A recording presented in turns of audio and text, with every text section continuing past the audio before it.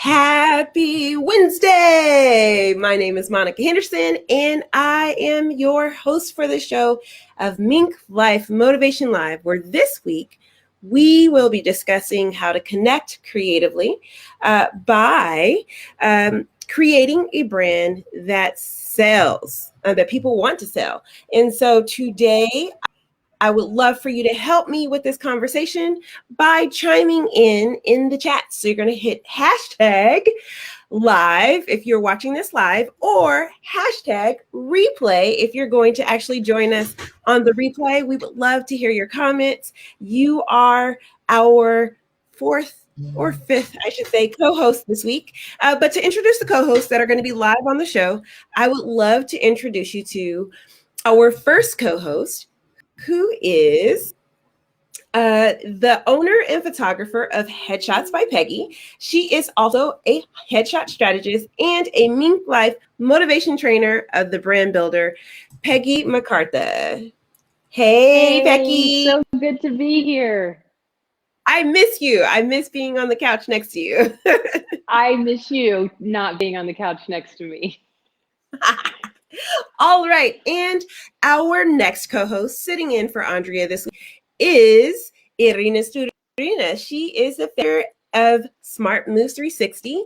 She's a health strategist and a MinkLife motivation trainer of the Life Calibrator. Irina. Hello. Good to be here. Welcome back. Thank you. Got you 2 weeks in a row. That's awesome. Yes. All righty. And to help us continue to craft this conversation this week is a very special guest. He is the president of Style and Substance Group. He is a residential realtor and a TV personality, Kerry Henderson, also AKA my husband. Hey, honey. Hey there. Thanks for having me on the show.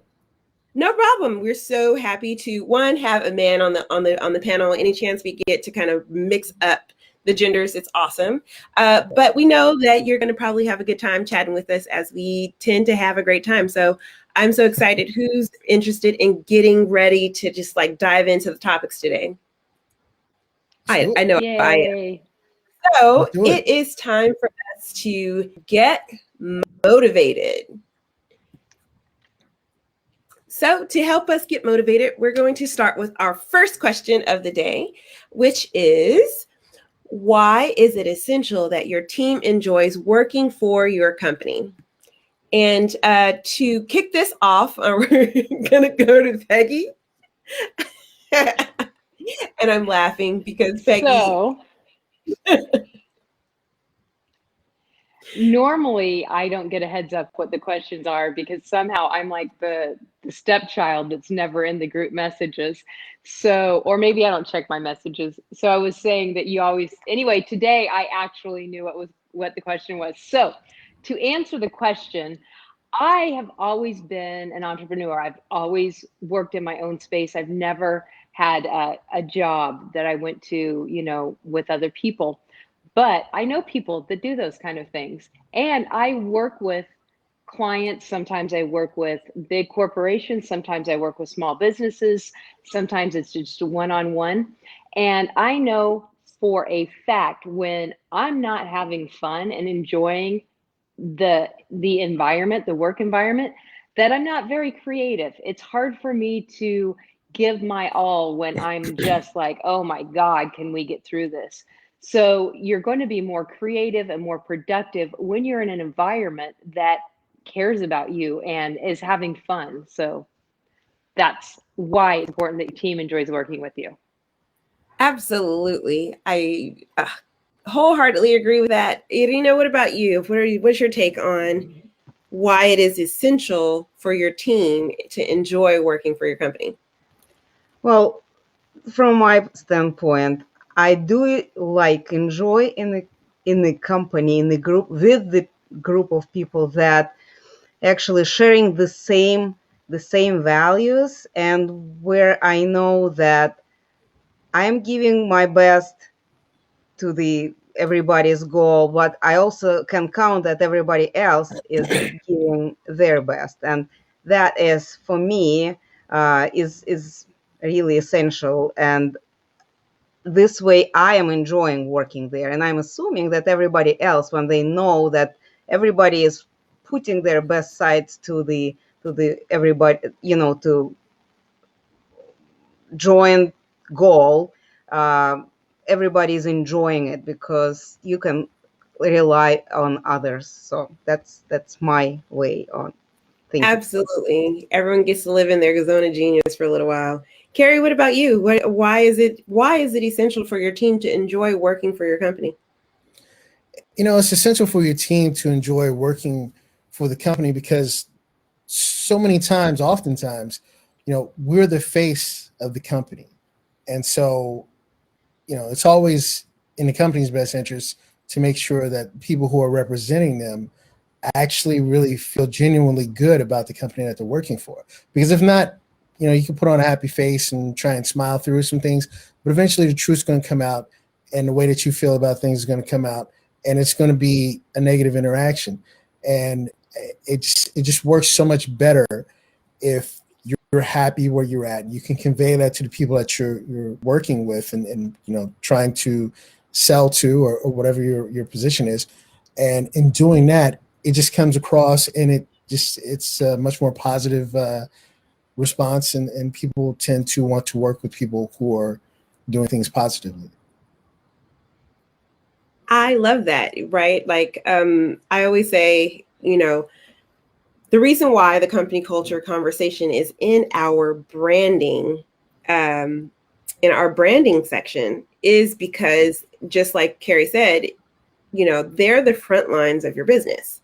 Your team are the very people who are going to say, you want to come and do business with this company. And so really having an opportunity to make it fun and enjoyable to work there really is the beginnings of that propaganda of like why it's so important for people to work with your company and to actually kind of buy into what you're doing. So I love that. I love that. And like each of them said, right, a company that you enjoy working with, it's a fun environment.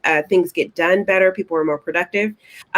What is really important to understand about that company culture kind of being the go-to thing is when you can kind of help people live in their zone of genius, then you're able to actually be more productive across the board because literally everyone is doing what they love. And when they're doing something what they love, they give you way more of them. They give you way more of their excellence. They want to work longer hours and harder for you because they're enjoying their time. So it really is not only for a business standpoint, a good idea to have great company culture, but also from the branding standpoint, as they're the front line of defense to your products and services. So I am super excited because, the person that we're going to be talking to today about the entrepreneurial journey, which is one of my favorite segments of the show, is, I know very personally, as I am married to him. But we're going to dive a little bit into kind of how company culture maybe have shaped your situation by understanding a little bit more about your entrepreneurial journey as we stay inspired. So to do that, Kerry Henderson is going to share his story, and I would love to be able to share it with everybody else. So Kerry. Awesome. So my entrepreneurial story basically starts when I was working back in corporate America for healthcare industry doing sales and account management.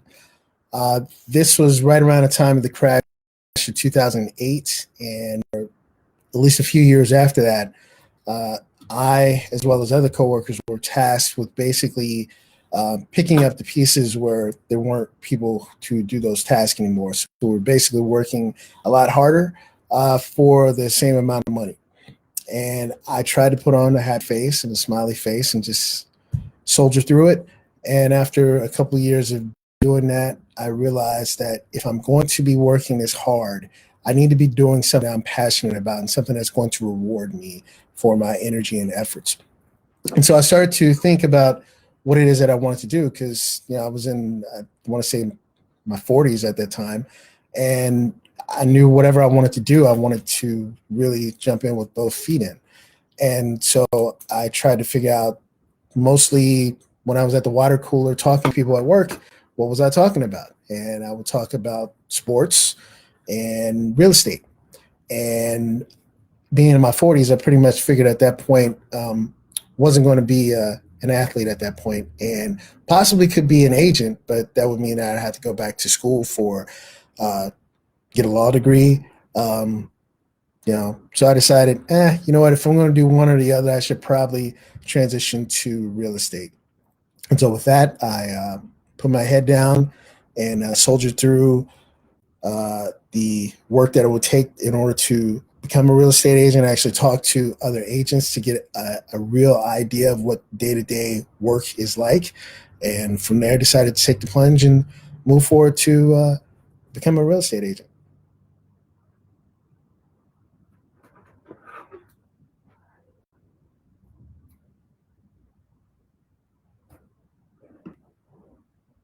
It would be helpful if I mute myself. That's live TV.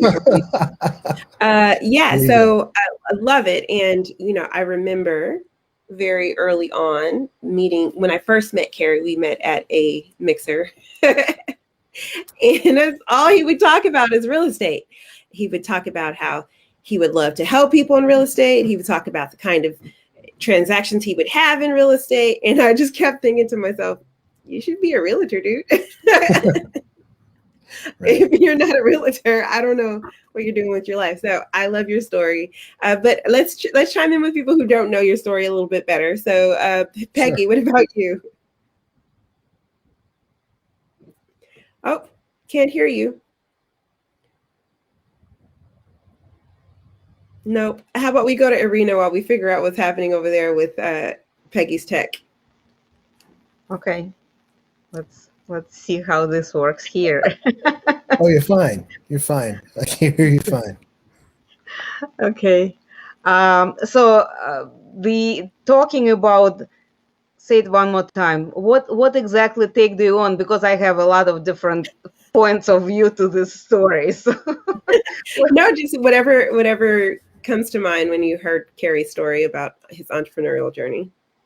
Well, I'm totally, absolutely agreeing with this way of looking at this, because absolutely, if in the beginning of our lives, we kind of struggling through trying to make enough money, trying to really fulfill the different objectives. But at a certain point, if you start thinking about what would I like to do, well, still making money, but where I would like to be, and that's absolutely correct. And I had to go through my own kind of selection point where my friends would be telling me that I should go there, but I really don't want that, because after all, I personally also believe, when you work in a company, in the office with the group of people, and when you have a smile, when you're enjoying what you're doing, it shows on your face, it shows in the way how you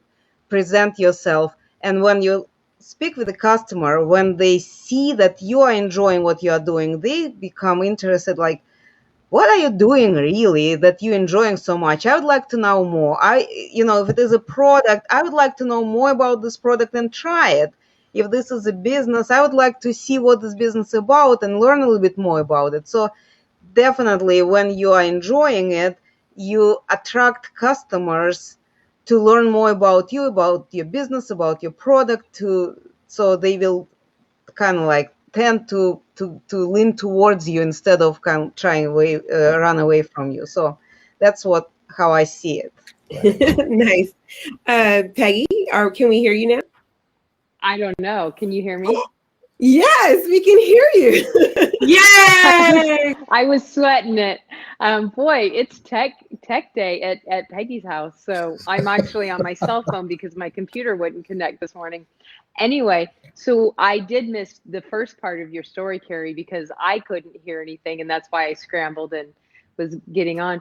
But I did hear the last part of your story, and I believe that when people are passionate about something, they should find a way to make money with it, no matter what it is. If you are passionate about something, if it's the thing that you're always talking about, do it. Like, I mean, it doesn't matter if it's what society feels is a powerful career. If it's something you're passionate about, you can make that, you know, an amazing career. And so I love that when you and Monica met, you weren't even a real estate agent yet, but yet you were still like talking constantly. That's hilarious. And I can see Monica, We because shut Monica the has place this down talking superpower about it. where she like Monica has that superpower where if you she sees things in people and she's like, "Huh, maybe you should think of this." And you're like, "What? I never thought of that." And I'm sure Monica's mind, she's like, "Really? Because that's all you talk about." Yeah, yeah, So that's awesome. I love that. I exactly. love that.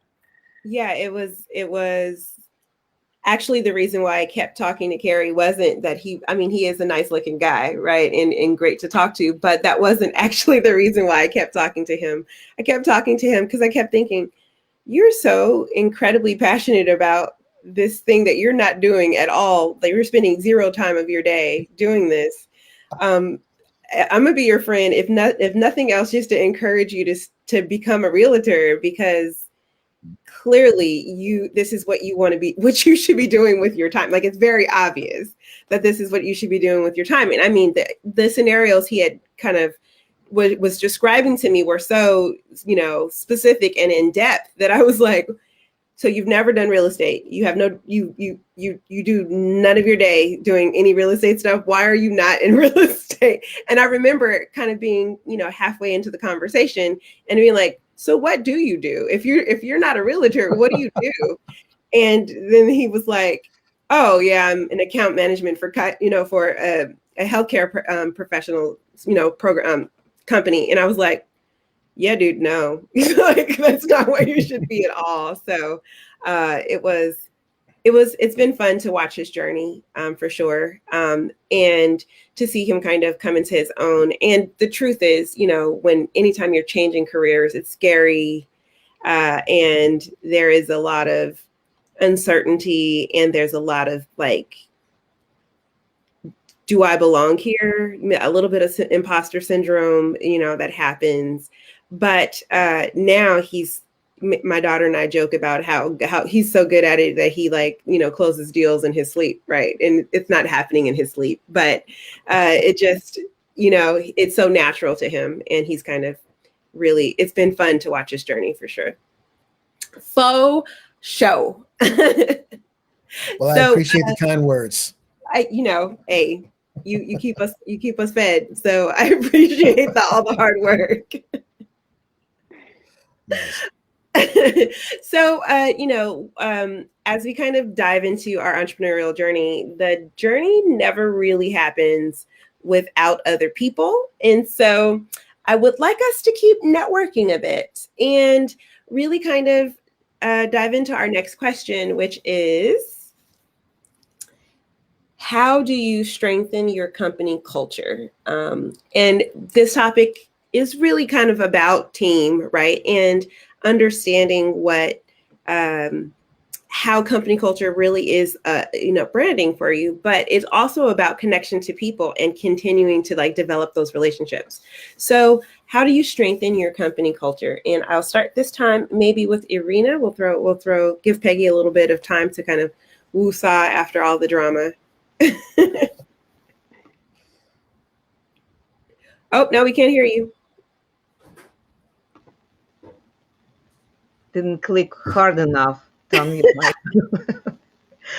Anyways, actually, this is a question that I've been thinking about for a while.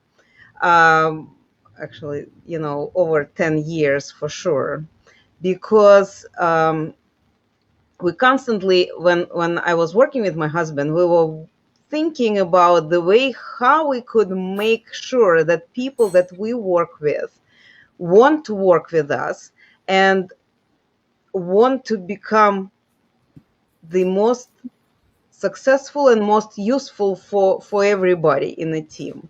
And the result that we came up, the idea that we came up with together was that we got to create more events, more recognition, more emotional recognition of people who work together. Yes, financial is great, but very often people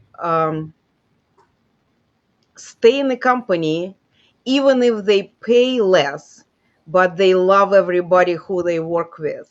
And very often I see when people are leaving the place for different reasons, it's not because they not they're getting upset, but not they're saying, oh, I am losing this good amount of money. They're talking about, I will be missing you and I will be missing you. And this connection is very important. So the thought that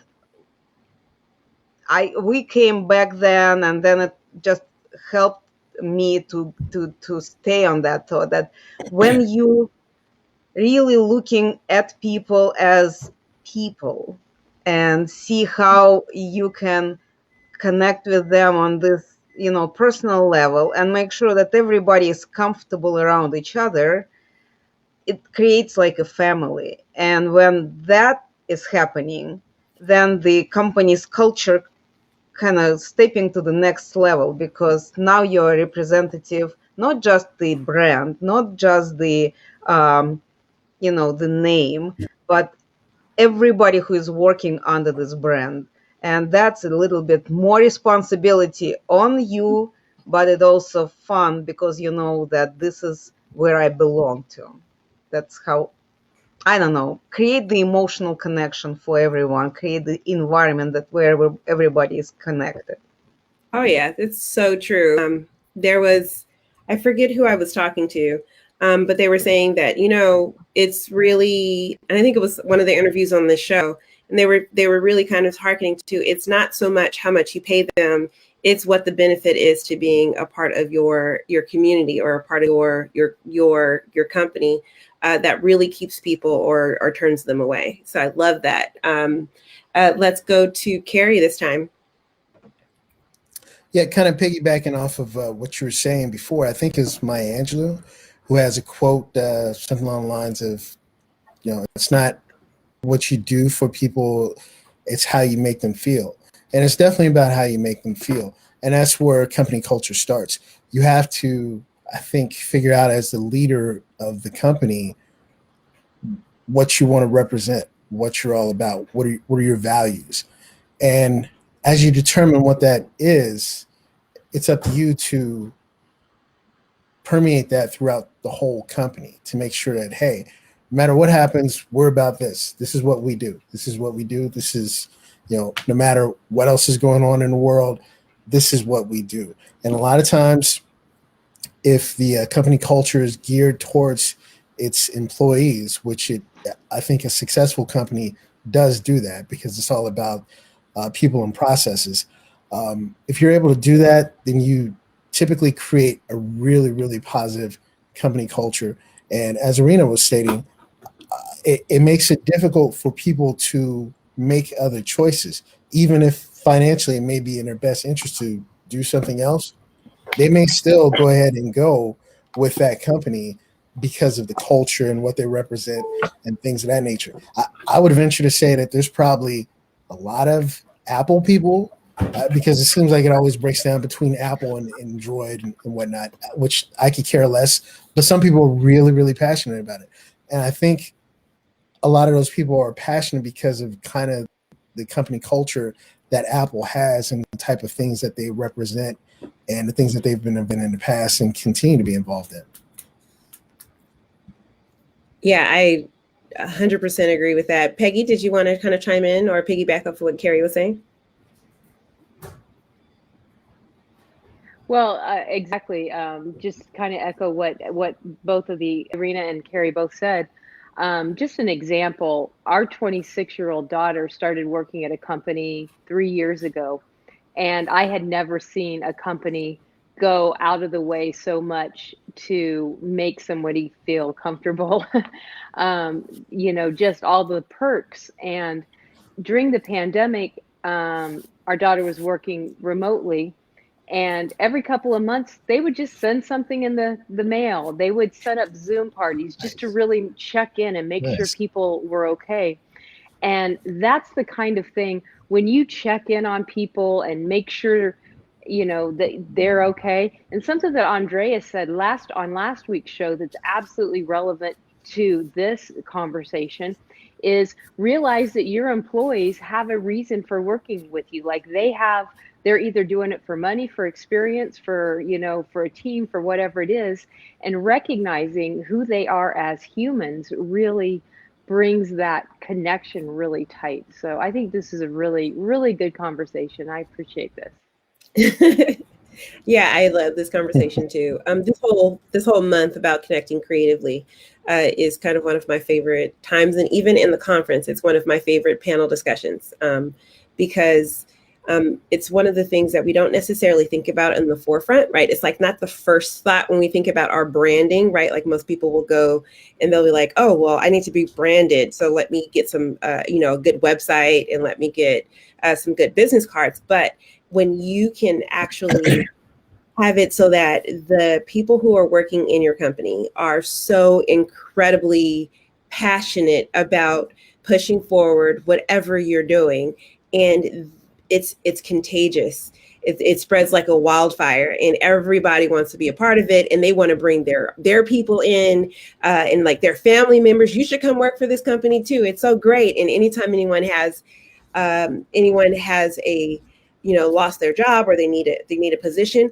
well, my company's hiring, you should come and work for me. It's great, right? And so it gives kind of I know in Compass, that's exactly how I think Kerry ended up at Compass, right? It's because one of his friends, he was kind of feeling so angsty about his where he was in the position he was at a different brokerage. And then when he was looking, his friend was like, hey, well, if you're looking, come and work with us because it's fun over here and it's amazing and we have a good time. And we're really, passionate about the same thing that you're passionate about, right? So the company culture as a piece of branding is something that no one thinks of but it actually is the very first step into that. Right. I wanted to know if I could jump in real quick and just kind of compare and contrast between Compass and the brokerage that I was at earlier, because I think this is straight to the heart of company culture. So the brokerage I was with previously is the first brokerage that I got into directly from being an agent. It's a well-known brokerage, and they have a well-known CEO. I've never met that CEO in the 3 or 4 years that I worked at the company. I've never gotten emails from that person. I just know who that person is. There is a big thing that happens yearly down in the headquarters that people are supposed to go to and hang out and do that. But outside of that, I haven't known him. In the 3 years, I think it'll be coming up later on this month, being with the Compass. I've met the CEO right about 3 or 4 times. He, as recently as this past weekend, sent out an email to all of the employees as well as all the agents for the different locations, wishing everyone a happy Father's Day and kind of giving his thoughts on Father's Day and things like that. So he's a very personable person. And so for me, that means a lot. And you have people who ask me from the previous brokers, like, hey, would you ever consider coming back? And I'm like, no, I'm pretty good where I'm at because I'm with someone who shares the kind of values that I share. So I'm good. Yes. Well, you heard it here first, guys. It's really about that personal touch, right? And the not just being the owner of your business and saying, oh, I have this big title. And I think, ultimately the society is moving towards that, especially after going through this pandemic and going through essentially a separation or a breakup from the world, and then being kind of like reintroduced to society again. I think as people are looking for careers and as they're looking for a new way to spend their time, that personal touch and knowing the person who is you're working with is going to be super imperative moving forward, whether you're a small business or a large corporation. The company culture is now something that people are looking at. Like, how did you treat me when it came down to this pandemic and I had to be sent home, right? And in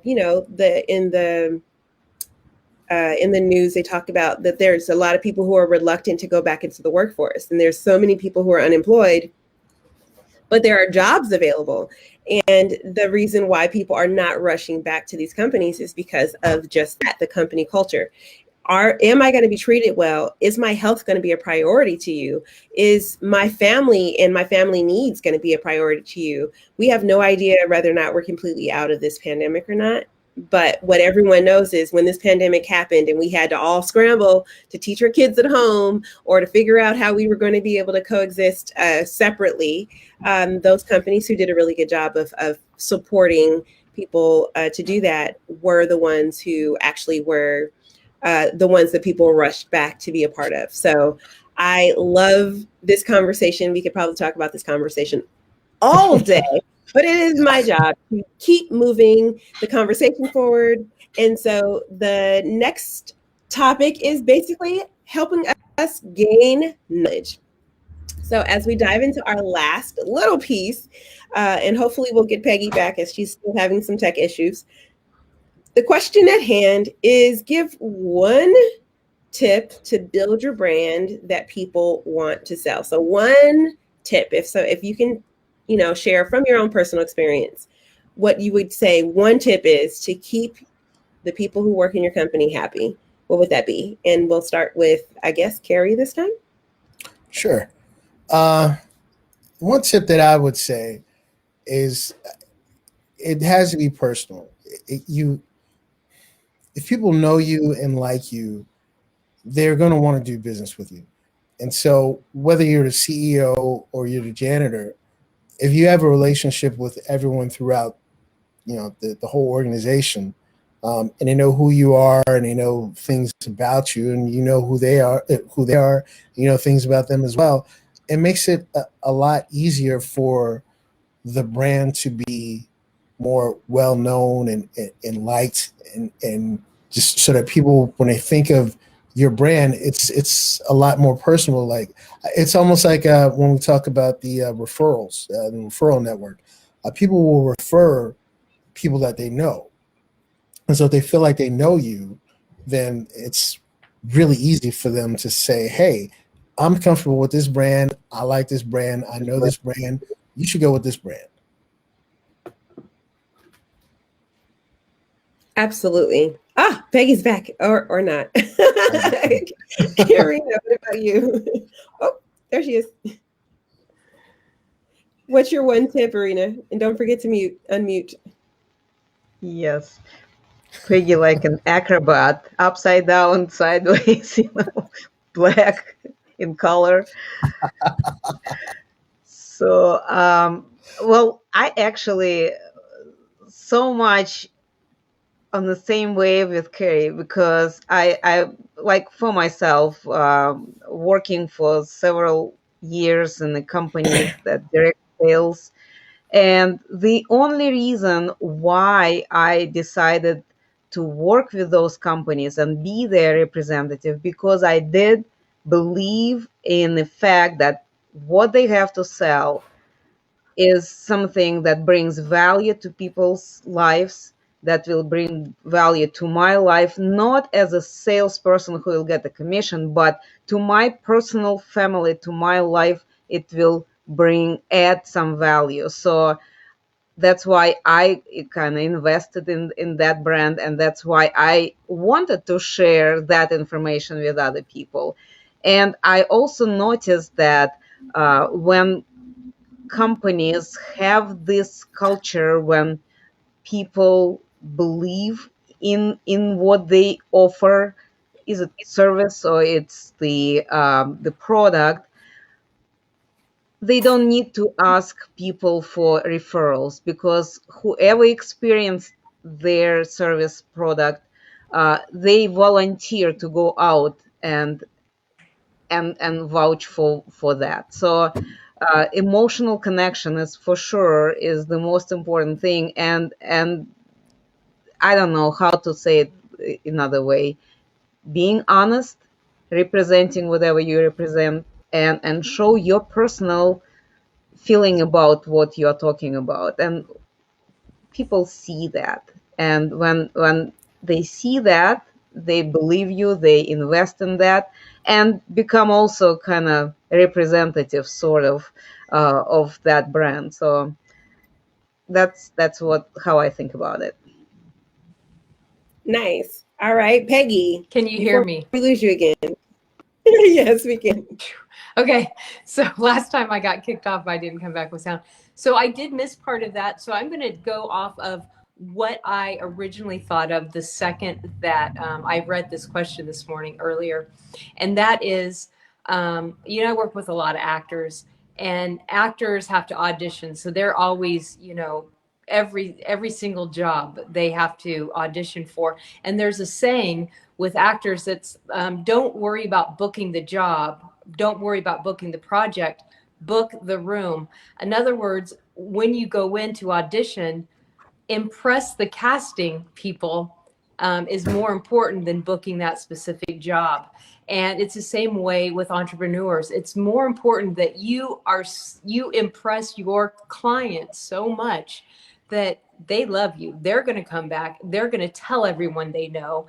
And you're not, they may not technically be selling your stuff, but that's the best marketing you can get is word of mouth. And when people are out there talking about you because you concentrated on giving them the best experience possible. And I think that's what this question meant to me when I read it this morning.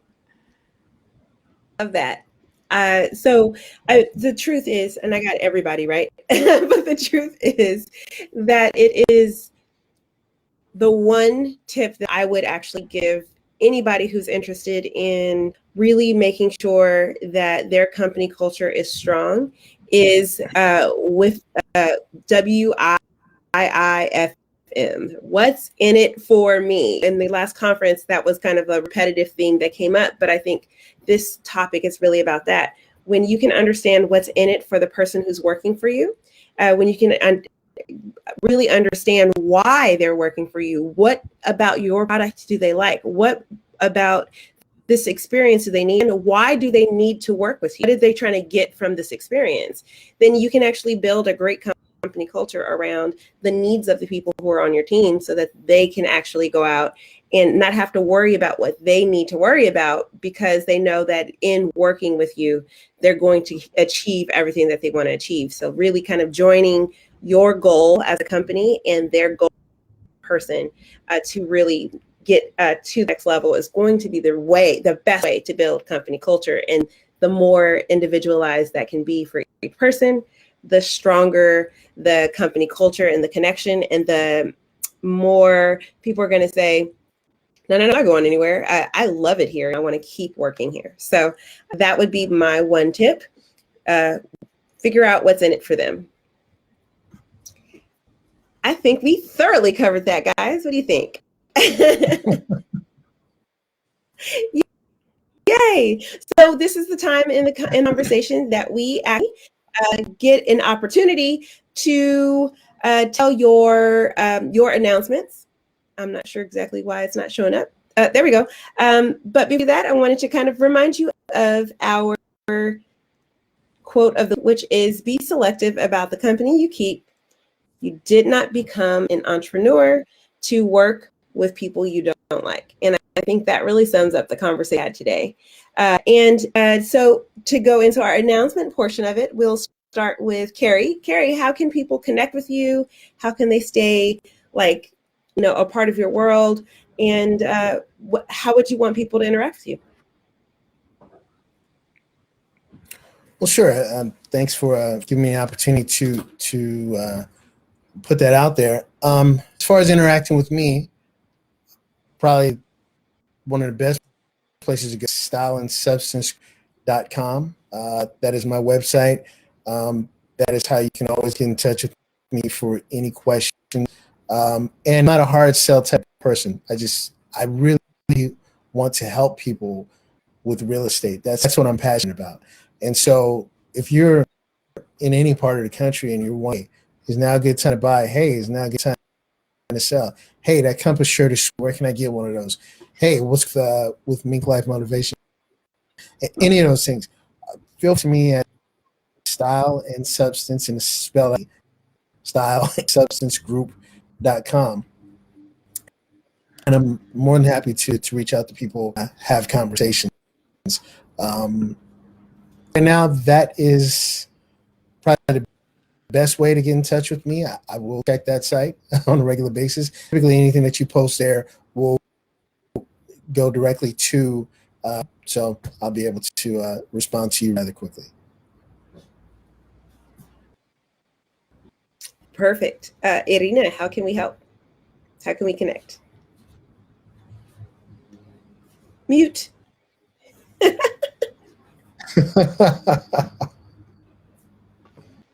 Got it. Well, I am working on the new program as going through the business incubator right now. So shortly, sometime in the middle of July, I will be offering a platform to join where we are going to help people, since I'm working and helping people with type 2 diabetes who were just recently diagnosed. So there will be a new platform where people could learn more and get more professional help, not only from me, but from people who I'm connected with. And that will be an announcement everywhere, including MinkLife, and somehow I will sneak it in here. But for right now, if anybody wants to connect to me, I'm on a Facebook. It's diabetes Facebook group, Diabetes 101 for Beginners, or Irina Strunina, or Smart Move 360. There is a lot of ways to connect to me on the Facebook, and probably the fastest ways to connect to me. Perfect. Peggy? Awesome. Well, I am everywhere at headshotsbypeggy.com, almost everywhere on social media. My website's headshotsbypeggy.com. I am on Clubhouse at 4Peggy. And of course, you can find me in my link app. That's linqapp.com/Peggy. And that has every way that you can connect with me. It shows all the upcoming events that's going on, talks about the Headshot Strategist program, and all the other cool stuff that's happening. So I am headed to Atlanta. So any viewers besides Irina, because I'm going to see her this week, I'm going to be in Atlanta for about 10 days doing headshots. So make sure you reach out and say hi if you are in Atlanta. Yes. Absolutely. And at MinkLife Motivation, we are really just giving people tours. We have built this online community where we are building and growing. And so we have started doing tours. So if you're interested or curious about what the heck are we doing over here at MinkLife Motivation, you can take a tour with us where we will highlight all of the benefits to being a part of our community, what it would look like, and you can do it for as low as $20. So definitely want to give you an opportunity to get to know us, and so the tours is the way to do that. Well, with that, we have come to the end of our show, and I am so excited. Thank you so much, Kerry, for being a part of our show today, especially the last minute of it all. We do appreciate you. Thank you for having me. Thank you. I want to give a special thanks to Alana Jackler, who keeps this show on the rails as we constantly try to derail it for her. We also want to thank Peggy and Irina and Kerry for being here today. And we want to remind everyone that you have the power to activate the vision within. But remember that sharing is caring. And so if you've enjoyed this experience, please hit the share button, like this button, and follow us every Wednesday as we are here to help you really get motivated, stay inspired, keep networking, and gain knowledge so that you can live the life designed by you, for you, healthy, wealthy, and fulfilled. We'll see you next week. Bye. Yay, bye.